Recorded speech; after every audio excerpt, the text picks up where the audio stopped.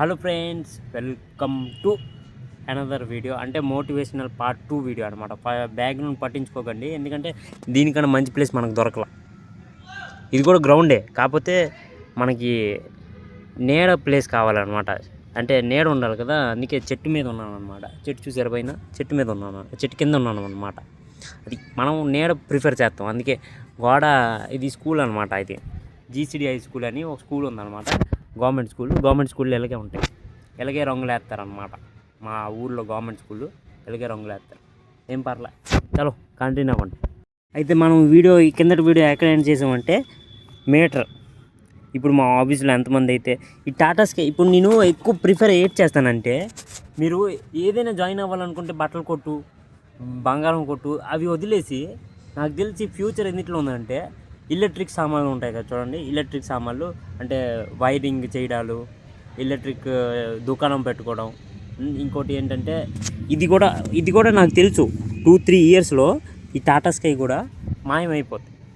ఎందుకంటే ఈ సిస్టమ్ ఏంటి ఉండదు, ఇంకా గొడుగు సిస్టమ్ ఏంటి ఉండదు. ఇప్పుడు అందరూ ఎక్కువ మంది Jio fibre, Airtel fibre prefer చేస్తున్నారని కూడా నాకు తెలుసు. ఎందుకంటే మనకి ప్రస్తుతానికి ఈ ఈ ఈ జోనర్లోనే మనకి కస్టమర్లు ఎక్కువ. ఎందుకంటే మనం 4 ఇయర్స్ చేసాం కాబట్టి ఈ జోనర్లోనే మనకి చాలా పరిచయం ఉన్నారు కస్టమర్లు, దుకాణం వాళ్ళు అందరూ. అందుకే మనం ఈ జోనర్ ప్రిఫర్ చేసాం అనమాట.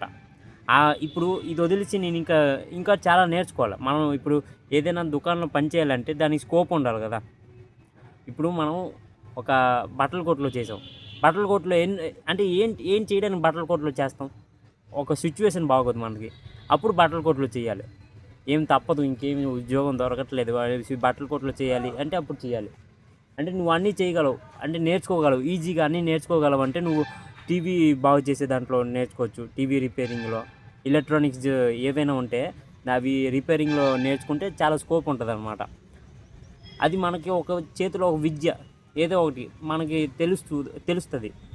ఒక విద్య ఉంటే మనకి ఏదైనా ఉంది. బట్టల కొట్టు, బంగారు కొట్టు ఎందుకు అవి నేను ప్రిఫర్ చేయను అనమాట. ఏదైనా నేర్చుకోవాలంటే ఇలాంటివి ఫీల్డ్ వరకే ఎక్కువ నేర్చుకోవాలి. ఎందుకంటే ఫీల్డ్లోనే మనకి ఎక్కువ డబ్బులు వస్తాయి అన్నమాట.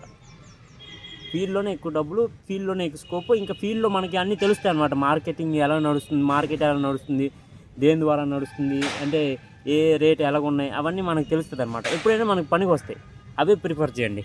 ఎలక్ట్రానిక్ సామాన్లు ఫీల్డ్ వర్క్, మ్యాక్సిమం ఫీల్డ్ వరకు, లేకపోతే ఎలక్ట్రానిక్ సామాన్లు, టీవీ, ఫ్యాను, అవన్నీ రిపేరింగ్ సామాన్లు, అవి కూడా మంచి స్కోప్ ఉంటాయి అన్నమాట. అవి కూడా మనం నేర్చుకోవచ్చు.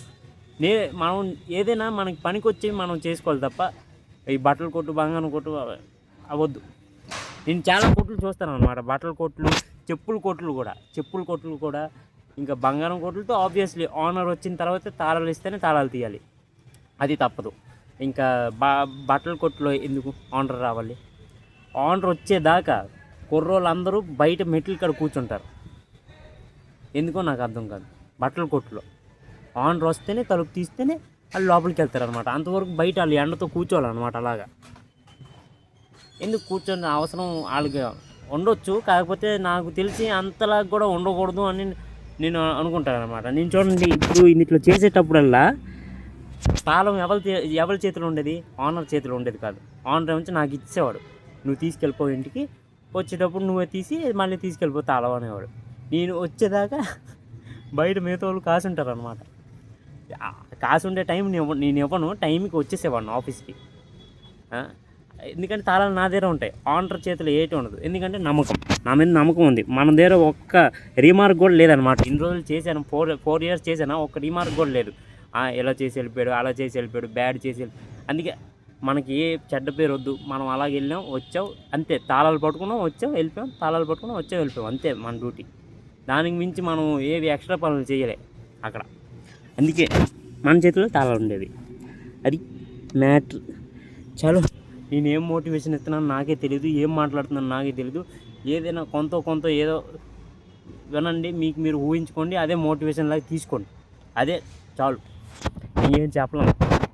చలో, అయితే మోటివేషన్ ఇక్కడ ఆపేద్దాం. మనం ఇవ్వలేము ఎక్కువ మోటివేషన్, ఎవరికి ఇవ్వలేం. మనమే ఒక మోటివేషన్ తీసుకోలేము, కానీ మనం ఇంకోటి మోటివేషన్ ఇస్తామట. ఏదో మాట్లాడిచాను, అది మోటివేషన్గా తీసుకోండి, అంతే. చలో, like, comment, share and subscribe. ఇప్పుడు అవైలబుల్ అయితే టాటా స్కైలో ఏం స్కోప్ ఉంది నువ్వు చేస్తున్నావు అంటే ఉండకపోవచ్చు. ఎందుకంటే ఒక 2 ఇయర్స్ పడుతుంది, మ్యాక్సిమం 2-3 ఇయర్స్ పడుతుంది ఇది బంద్ అయిపోవడానికి. బంద్ అయిపోద్దని నాకు కూడా తెలుసు. అంతలోపు నేను ఏదో ఒకటి కొత్తది నేర్చుకోవాలి. ఎందుకంటే నాకు ప్రస్తుతానికి తెలిసిన పని ఇదే. ఈ పని మనం కంటిన్యూ చేయాలి. ఆ పని కూడా నేర్చుకుంటాం, దానికి కూడా టైం రావాలి కదా. ఇప్పుడు దీనికి టైం ఇస్తాం. ఇప్పుడు నేను ఇంకోటి నేర్చుకోవాలనుకోండి, నాకు ఈ పని పడింది, నేను ఆ పనే చేయాలా ఈ పనే చేయాలా, 2 చోట్ల బుక్ అయిపోతాను కదా. అందుకే నేను కొద్దిగా టైం ఇస్తాను. ఇది ఎప్పుడైతే బంద్ బంద్ అయిపోయే టైం నాకు తెలుస్తుందో అప్పుడు ఇది మొత్తం బంద్ చేస్తాను అనమాట. అప్పుడు కొత్తది నాకు తెలిసి ఏంటి నేర్చుకుంటానంటే ఎలక్ట్రిక్ సైడే నేర్చుకుంటాను అనమాట. ఏదైతే వైరింగ్, ఫైరింగ్ అవన్నీ ఉంటాయి కదా, అవే నేర్చుకుంటాను. దాని మీద కూడా కొద్దిగా ఐడియా ఉంది. కాకపోతే